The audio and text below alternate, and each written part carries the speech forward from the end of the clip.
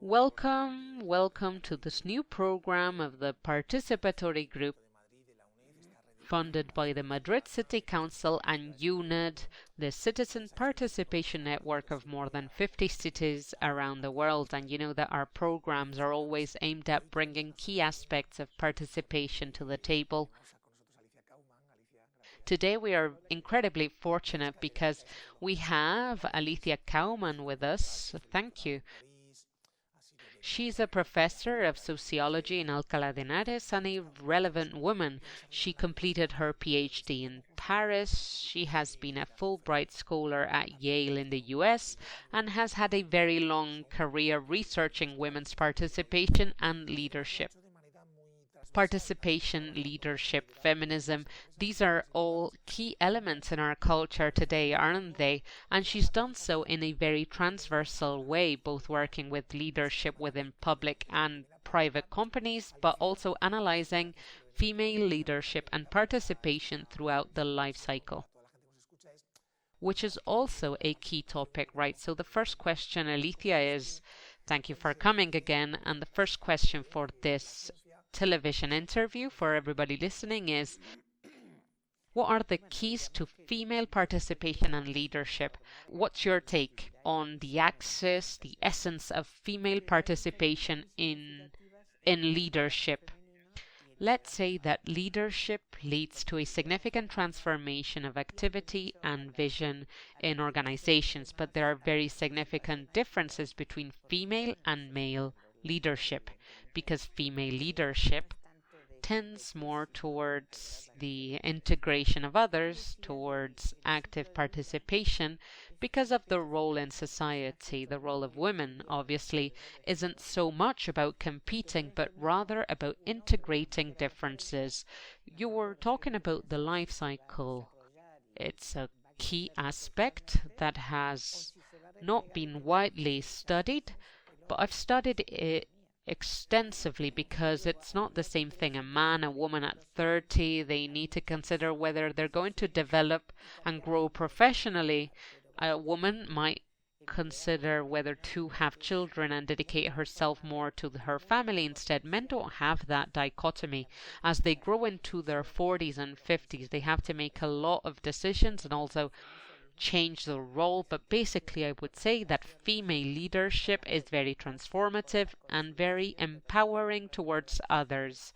Women in organizations, on boards of directors, there's a huge difference there in their interactions, relationships, the proposals that are made, the consideration of other members of the organization, and that's very significant. I was just reading a recent post by an author I love named Ketch the Bryce.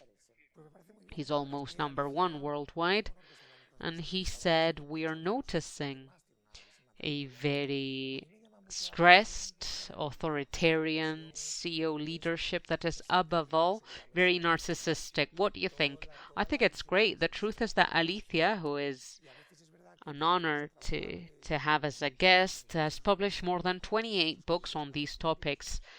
She has a very long career. It really catches my attention that this project aims to present all possible perspectives on participation, and sometimes it's true that we tend to work with excluded groups in participatory processes in order to include them, but also the business leadership community. It's important to understand how it works and how female participation and leadership works. In these years that you've been working on this topic, what has been the main change in our societies?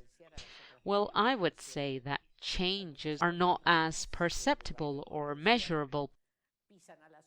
Female leadership, basically, it's relational, and what you notice is the change in relationships and empowering other women. It's not always the case. There are many queen bees stepping on each other instead of empowering, but fortunately among younger generations that's becoming less the case.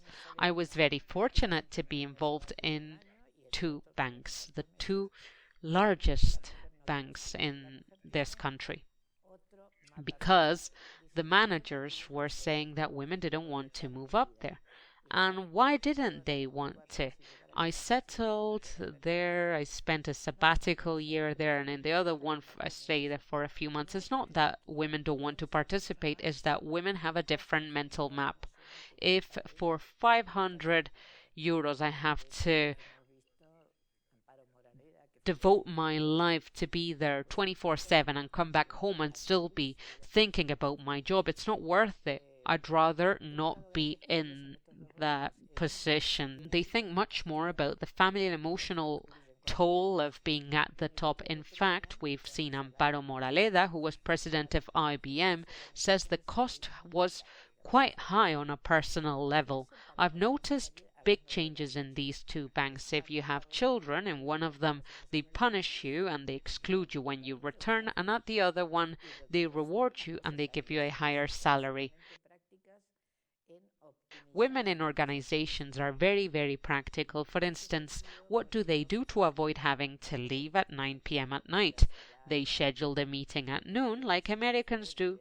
They bring a sandwich, a coffee, and sort things out there. In other words, they are extremely practical about optimizing their time. And in that sense, men function a little differently since meals are longer, issues are different. Of course, if a woman is in an organization and holds a position of certain power, she can have a very positive influence on the organization's culture, which is a key issue, as you well know. And for example, what really catches my attention is in the area of participation and leadership, this issue you are bringing up about a narcissistic leadership that is egocentric. In your experience interviewing female leaders for your publications, how do they deal with such a significant change, right?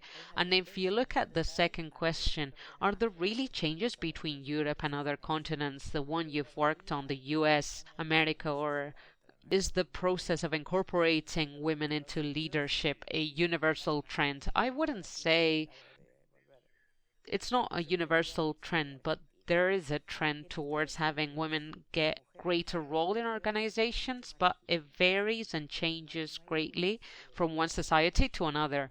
Europe isn't the same as the US, which isn't the same as Latin America at all. I just returned from Chile and Argentina 3 days ago. In the US, women in positions of authority are much more legitimate. There is no doubt that women negotiate their starting salary. Time is money, and talking about money is not frowned upon. In Europe, it's still a bit of a taboo subject. Women say, well, I'll join the organization and then I'll have to prove myself, right?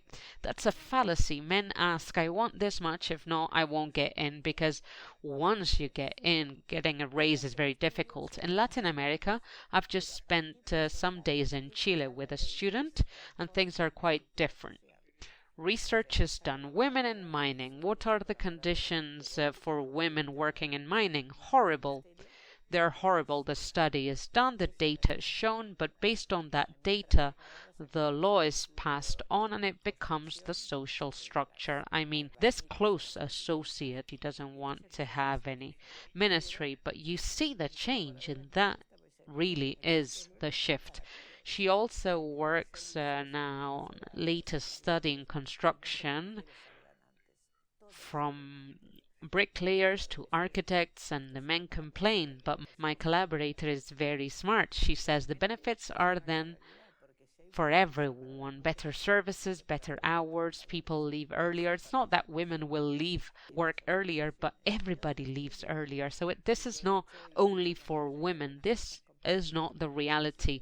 If there's a benefit for women, there's a benefit for all workers in their participation in organizations. And another study I've done, the case of female athletes, which is very interesting. We should all be high-performing athletes. Why?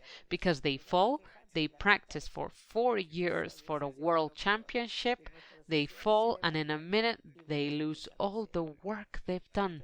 But instead of complaining and moaning, which is sometimes very typical of our societies, they get up and they start all over again. So what's happening with these athletes? I've been studying athletes for 12 years and young women today, and they've made a qualitative change. We've seen everything that happened with Rubiales, the kissing that female player.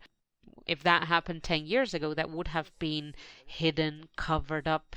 But young women have rallied around and supported their colleague Jenny Hermoso with no doubt.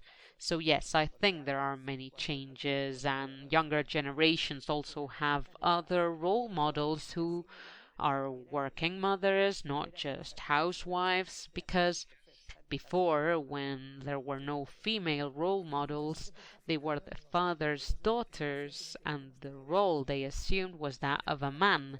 They didn't want to please the boss, they wanted to please their father. I think it's very interesting because at the end of the day, our participation models have to do with our roles in society, the way we manage conflicts and dissent. In the area of participation, I'm very concerned about how a society as polarized as ours is considering dissent an offense, the fact that you cannot oppose or create a dynamic, and this plays out in the field of dissolution of marriages, conflict, and families caught by child parent violence. There are many areas where, from an effective sociological perspective, you're a professor in sociology, the reality is that poor models of participation, conflict management, or inadequate models generate very painful social consequences, long-term and in aggregate behavior that affect the entire population. That's why I was asking you, how do you see it in recent years, this evolution of participation? Would we be talking about a less narcissistic participation that generates more of a group dynamic? I'd like to go back to the first thing you said, and then we'll move on to narcissists and the group dynamic. The first thing you mentioned was conflicts. Conflicts are feared and things aren't discussed. I recently read a very interesting book that specifically talked about the importance of addressing conflict. One thing you keep quiet about is like a pimple. A little pimple turns into something large and unresolvable. So I think there are a few currents of thought lately that point to confronting conflicts. Talking things is the only way to diminish them. As for narcissistic leadership, I think we have a big problem right now, I believe, which is leadership like that of Trump. I mean, that's an omnipotent leadership. I can handle anything. America will be great again when we know America has debt and huge problems, and I am like God, I can transform everything. That is the typical narcissistic leadership model with all the problems that entails. Because there's no negotiation, it's completely unforeseen. Companies are feeling a lot of pressure because they don't know what will happen tomorrow. Will Trump raise tariffs by 200%? Or will he change his mind the next day and remove them? So narcissistic leadership is generally more masculine. I don't know. I mean, there might be some, but women who exhibit this level of narcissism and ego exposure are little comparatively. That type of leadership that isn't transformative or integrative is a great danger. Of course, the truth is that this is a very powerful topic, analyzing the characteristics of leaders and how women participate in organizations. In your experience researching these organizations, is the participation generated by female executives within the organization different, or does it have some unique traits? I'd say it has its own positive traits, but whether these women can perform that leadership role depends on the organization's top directives at both banks where I worked. It was the top managers who, as a matter of strategy, decided to invest money in research and decided to invest a lot of money in empowering women because the work environment was much better. And if a person is in a much calmer work environment, they perform much better. There's no doubt about it. Something you didn't mention is that I'm still working, but as an executive coach. I studied in London as an analytic network coach. In other words, I go from personal issues to strategy. And then the problem is that if bosses are very tense because they're under pressure to produce at any cost, they are in action, action, action mode and they don't stop to reflect about whether it's better to take on 5 clients or maybe 3. Because on top of that, they are firing 5 people and 2 of them have to do the work of 5. So the question is, what kind of leadership in organizations do we need? Even if it sounds a bit harsh, I'd say it's almost obsessive compulsive about work, performance. People burn out, and that's what goes on when there are women involved. In general, women try to temper things and bring a little more calm to the dynamic. If you take a board of director that's all men, which you see a lot, that's tougher, more decisive. You only see the quantitative aspect, but if you take the same advice and they're women, there are other variables that come into consideration, such as emotional, personal, and bonds.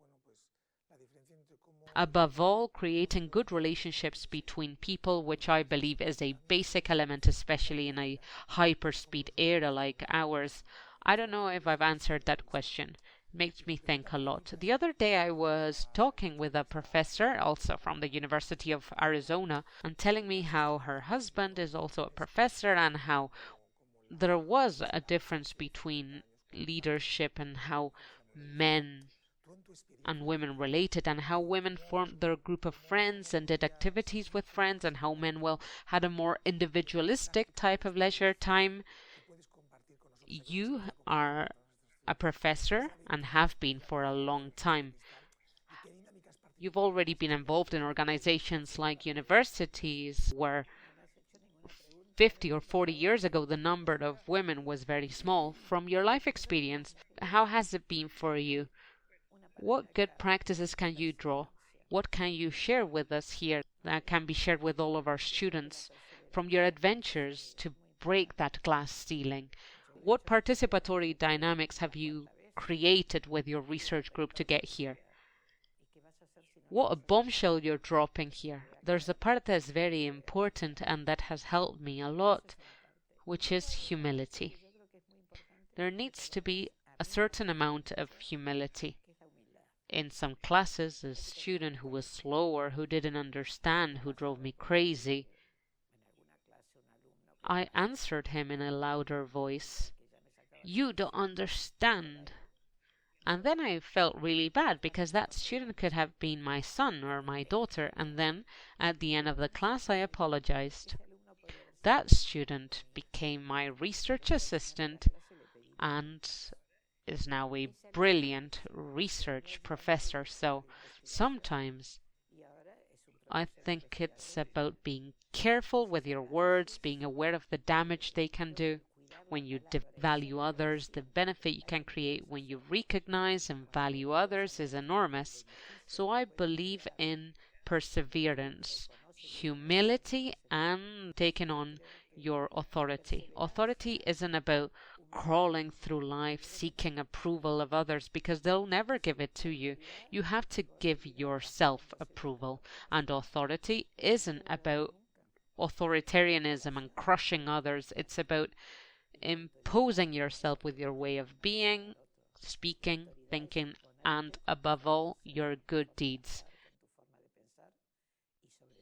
I've been around for a few years now, and what I'm most proud of right now is my 8-year-old granddaughter who says to me, Grandma, don't give me gifts, give me your time because you're very wise and I learned so much from you. And perhaps that's also what happened to me with my students. I still maintain a bond with many students over time. In fact, the person currently in charge of human resources in the European Union in Geneva was once a student of mine at the business school, and I remember the things he told me over coffee. And now we're reconnecting. So I think establishing those connections and nurturing them is amazing leadership over time, and it's a good indicator of participation in organizations, which isn't just about ego, time, and money. I think it's much more than that. If a student tells me, "You've been a light on my path," I'm like, "What flashlight are you talking about?" The truth is that to conclude, there are four characteristics you mentioned about participation in your life, but which can also be about female participation as an archetype, are very interesting. Perseverance, humility, taking on power, authority, assuming your authority, and fourthly, to maintain ties. And it's true that in that model, there's a business dynamic or a family dynamic or a participatory dynamic in a city or in a political movement. If you are persevering, humble, if you take your authority, if you establish relationships that aren't about crushing others, they're not about helplessness or exerting toxic dynamics, and instead using participatory approaches instead of imposing hierarchical ties. Finally, if you maintain long-term ties, I think the awareness of the bond makes you more aware in turn of how important it is to participate and create spaces and not to focus everything only on your own, on the very exercise of power. So despotic, right, as Russell said, naked power. I've saved it for the end of our show. Four characteristics of female participation and leadership. Perseverance, remind me, Professor Alicia Kaman. Humility, taking authority, and maintaining ties. Thank you very much, Alicia. Thank you very much for listening to me, and thank you very much for inviting me to be able to chat and share a little bit with all of you. Thank you, Antonio. Thank you for maintaining our tie for so many years. That's right. Thank you very much.